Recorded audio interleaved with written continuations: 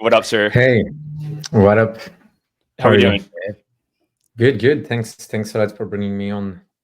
Yeah, of course, man. Excited to chat. So you're the co-founder of Fantasy Top, which is a card game where you bet on the performance of your favorite Twitter influencers. You guys have had 190,000 players and distributed $5 million in rewards since launching last year. So yeah, excited to you guys have been on a fun journey. I love talking to projects that have been kind of through the ups and downs for years. Launching on chains that didn't work out, kind of figuring the pivot. So I think lots we can get into here. But I think maybe to start off, kind of just wanted to check in on I guess, like the initial insight that led you to building Fantasy Top. I think a lot of people kind of recognize that, influencers were the new athletes. There's a lot of opportunity to kind of extend the surface area. You can express that fandom, but you guys have taken a pretty novel approach to it with this card game. So yeah, curious if you can just talk about the kind of insight and what led you to starting this. Yeah, for sure. Actually, yeah, you touched on the right points and saying that with this whole theory that influencers are the new stars and that they are what drives the mind shares and the media and how opinions are being formed. And it's a bit like they are all mainly on X or any platforms. They're a bit like some kind of gladiators, all fighting for attentions, and there's a limited amount of attention that they're fighting for it. So in retrospect, it makes sense, the whole like fantasy building, but initially we're a bit further away from that. We were always a big fan of Sorare, that really created and started this movement and fantasy sport adapted to NFTs. We're also like big users of Rentech. And so at the time we're kind of just trying to launch a few different side projects and just have fun around the meme coin movement. And initially, we just wanted to kind of launch a meme coin that had some kind of interesting aspect to it. And so we were like, oh yeah, why not do this Sorare type of friend type of things, and starting like sharing it around in our groups, talking with a few people on Twitter, on CT, etc. It quickly grew up much bigger than what we thought initially what it was. So then we decided not to do any meme coin and then focus on actually building a proper product and doing this fully.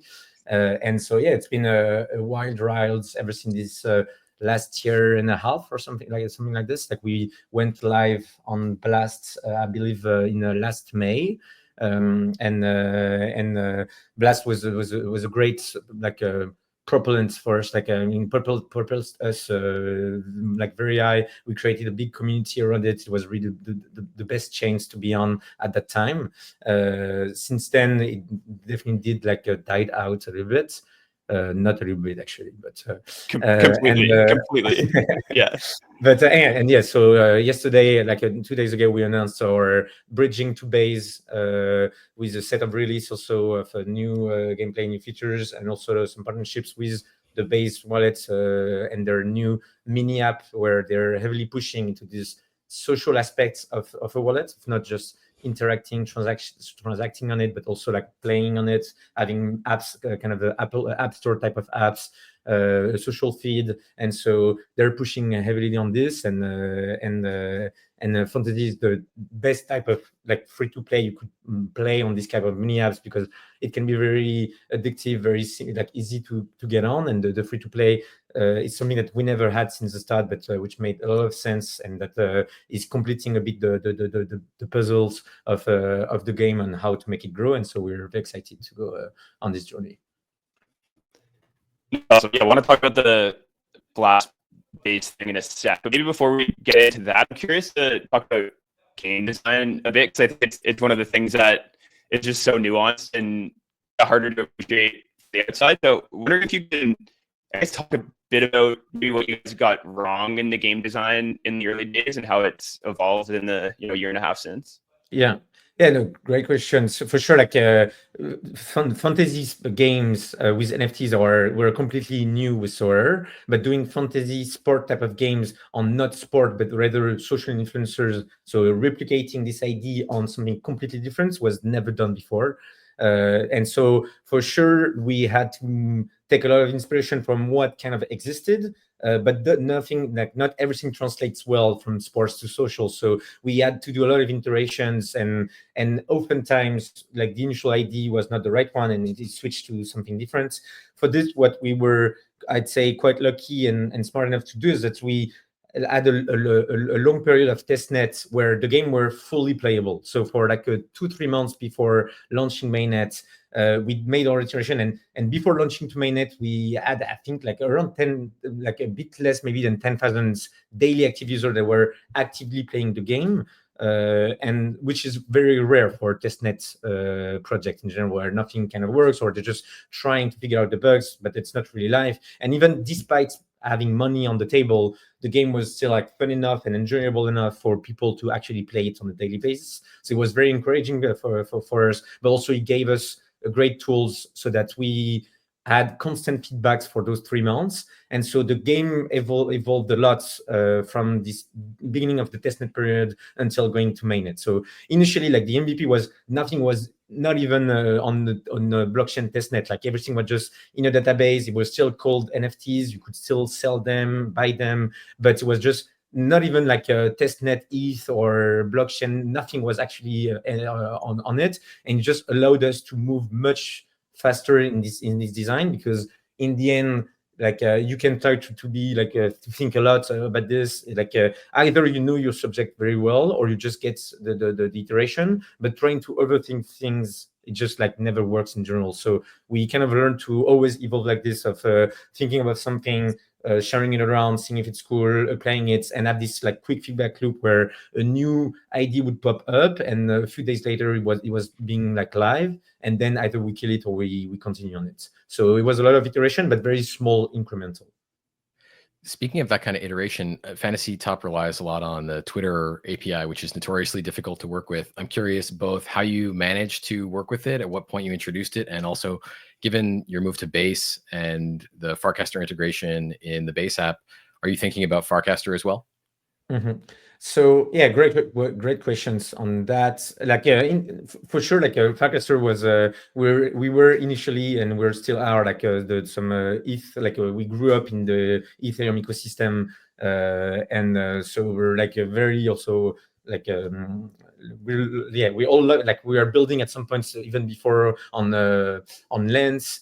So we were kind of like always around these kind of social things, and so we thought about it, but to be honest, like this, for now at least, the pool of the daily active users, like right now, we have almost, maybe not now because Farcaster grew, but at that time when we started, and 3 months later, we had like more daily active users on our game than actually on Farcaster. So it didn't make much sense.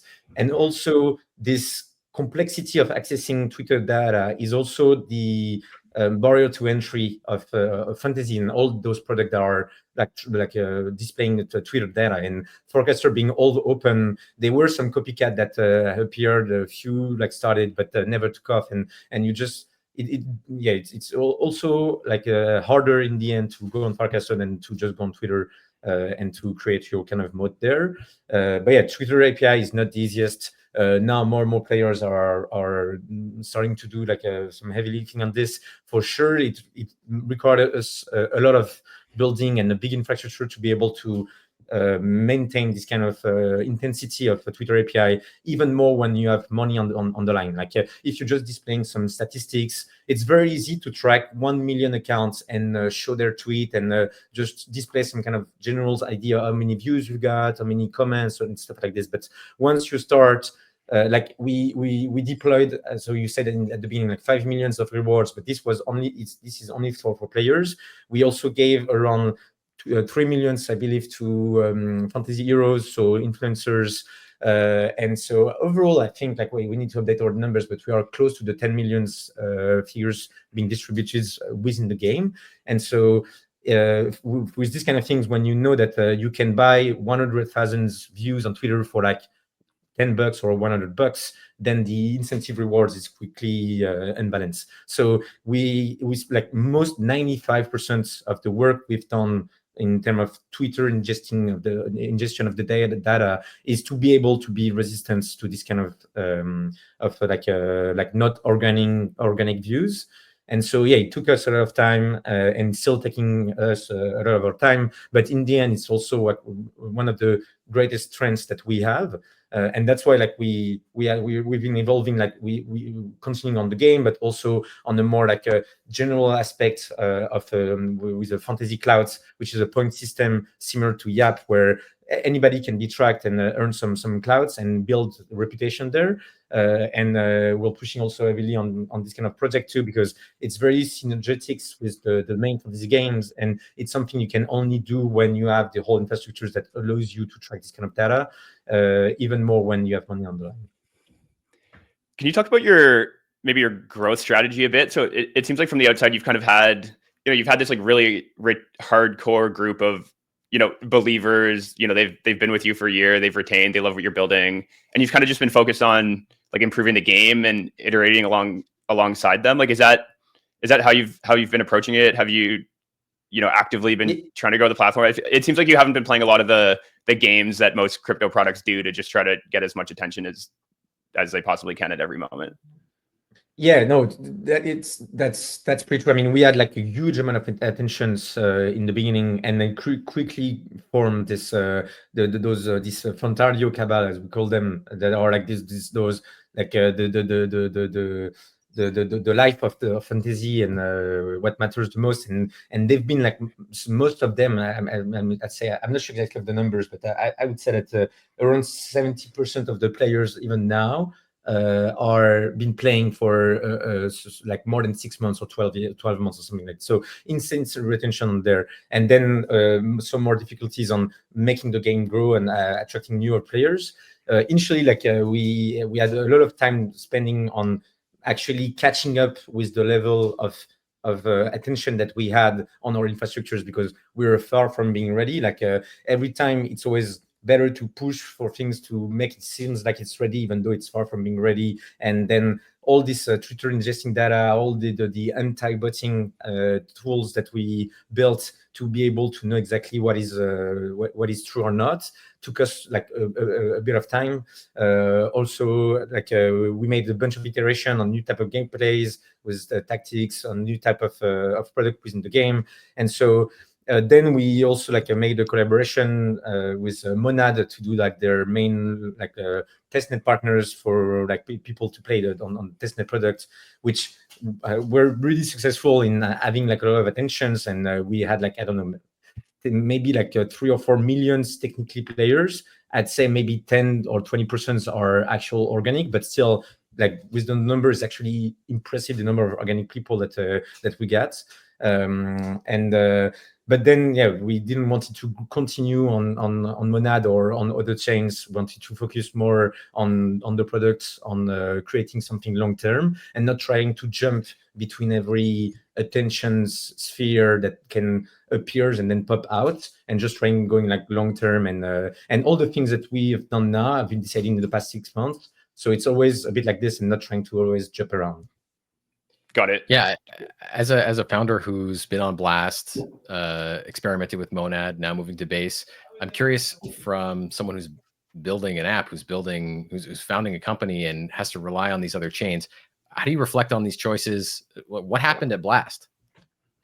Yeah, so Blast for us at that time, when we started, like Blast was still testnet, and was like one of the most hype, like chain. But we didn't deploy on Blast because of its hype mainly. For sure, it helps, but it was mainly for Pac-Man. Like we always admired him, the way he executed on Blur, his vision overall, the way he's very focused on future stuff.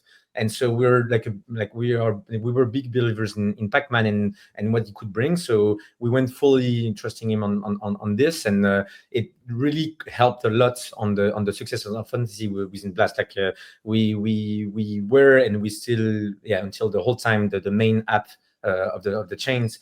I'd say that maybe strategy now has changed, and is not so much in line for maybe for like something like so crypto native like Fantasy Top or other type of apps, and it's chasing more external type of users, which we'll see later if it works out or not. For sure, like they are great builders, but they've been lacking a lot on the communication, marketing, and type of community building that is in the end extremely crucial for any company, anything in crypto. Like you are only as strong as your community, and it's not so much about your product. So for us, that's why we started to part our ways. But very thankful for the whole Blast ecosystem overall, and not trying to push some excuses or anything for regarding our growth, but the whole time we wanted to be kind of chain agnostic and trying to be so that on Fantasy you don't even know which chain you are on, and you can easily deposit from Solana, ETH, whatever chains you have money on. So really trying to abstract this aspect. So we didn't care so much to be on Blast or not, because in the end we wanted to abstract it away. But it came at a point where people were starting to lose trust in having money on it, in not wanting to do anything with it. So it's starting to impact also how players view the game. So that's why we made the shift. Yeah, I was shocked looking at the Blast numbers after your announcement at how how low they were. I think you guys moving off Blast, the TVL dropped 95%. They have like 600K of TVL. Like the top protocols now are making like dollars a day. I couldn't believe how largely it had fallen off. Yeah, I think we were. I don't know exactly for the TVL if this was true or if it was some fake numbers, but for sure, like we were like maybe 80% of the fees of the chain were due to Fantasy and not something else. So we were like the most of the activity. Awesome. Mikado, we're gonna have to leave it here and bring Dan up. So, what people who maybe played with Fantasy Top in the early days and haven't tried it again since? I think you just launched a V2, V3. You're now on base. Yeah. Where can people go if they want to check it out again? I mean, go on Fantasy Top, and you can even go on the free-to-play version if you would just want to have a quick game and have fun on it without playing with money. It's designed in a way that's very much more fast-paced and very enjoyable, and a lot of people are enjoying it. So go around, test around, and I'm pretty sure we'll like it. Anybody that knows crypto Twitter will be familiar with it, and has a great potential. But thanks a lot for bringing me on, and looking forward for the rest. Yeah, man, appreciate it. We'll check in a few months with you. Awesome. Thanks so much. Thanks. Peace.